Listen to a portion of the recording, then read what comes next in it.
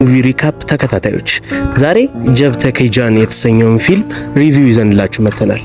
የዩቲዩብ ቻናላችንን ሰብስክራይብ በማድረግ ቤተሰብ ይሁኑ።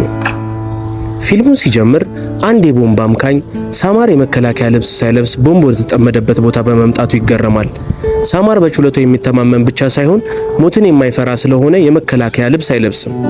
ቦምብ በማክሸፍ በጣም ጎበዝ ከመሆኑ የተነሳ ከዚህ በፊት 97 ቦምቦችን ያለምንም ችግር አክሽፎ ነው የመጣው።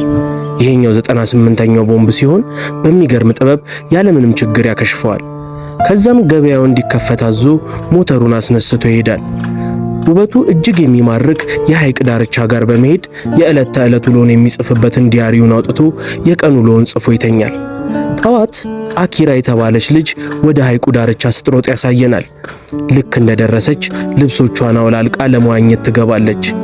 ግን ወደ ሐይቁ ስትገባ ከጠበቀችው በላይ ሐይቁ ጥልቅ ስለነበር መስጠም ትጀምራለች። አኪራም ያላትን አቅም ሁሉ ተጠቅማ ለእርዳታ ትጮኻለች። ሳማርም ድምጿን ሰምቶ ያድናታል። ጃኬቱንም አልብሶ ትኩስ ነገር ይሰጣትና ለምስጋና እንኳን ጊዜ ሳይሰጣት ሞተሩን አስነስቶ ይሄዳል። በኋላ ላይ አኪራ በሐይቁ ዳርቻ ስለገጠማት ጉዳይ ለሥራ ባልደረቦቿ ትናገራለች። አኪራ በጣም ትልቅ ለሆነ የፊልም ድርጅት ነው የምትሰራው። ለስራዋም ትልቅ ክብር ነው ያላት። ብዙም ሳትቆይ አለቃዋ ካትሪን ትመጣና ወደ ለንደን ሊሄዱ እንደሆነ ትነግራቸዋለች። አኪራም ካትሪንን ለቀረጻ ወደ ለንደን አብሬያችሁ ሊሄድ ብላ ብትለምናትም አለቃዋ እንደማይሆን ነግራት ትሄዳለች። አኪራም በጣም በመናደድ ወደ ክፍሏ ትመለሳለች። ልክ ክፍሏ እንደገባች የድሮ ፍቅረኛዋ ደውሎ እንደገና አብረው እንዲሆኑ አጥብቆ ይለምናታል። እሷም ከተፋቱ 6 ወር እንደመሆናቸው እና ዳግመኛ አብረው መሆን እንደማይችሉ ነግራት ዘጋችበት እና በብስጭት የሳማርን ጃኬት ተወረውሯለች። በጃኬቱ ውስጥ ሳማር ዳይሪውን ረስቶት ኖሮ መሬት ላይ ይወድቃል። አኪራም ዲያሪውን አንስታ ማንበብ ትጀምራለች። አኪራም ዲያሪውን ማንበብ ስትጀምር ታሪካችን 10 ዓመት ወደ ኋላ ይመልሰናል።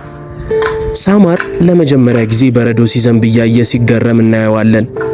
እዛ እያለ አንዲት በጣም ቆንጆ የሆነች ሚራ የተባለች ልጅ ወደ ቤተ ክርስቲያን እየሮጠች ስትገባ እያየ በውበቷ ፈዞ ይቀራል።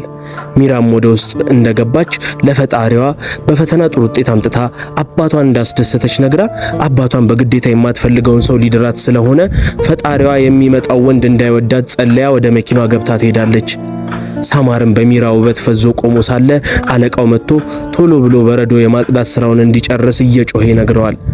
ትዕይንቱ ሲቀየር ሳማር በአንዲት ጠባብ ክፍል ውስጥ ከጓደኛው ዜን ጋር አብረው ሲኖሩ እናያለን። ዜንን ከቀሰቀሰው በኋላ ጊታሩን ይዞ በለንደን ጎዳና ላይ እጅግ ውብ የሆነ የህንድ ሙዚቃ እየዘፈነ እናያለን። ሚራም በጎዳናው እያለፈች ሳለ የሳማርን እጅግ ውብ ሙዚቃ ሰምታ ፈገግ ብላ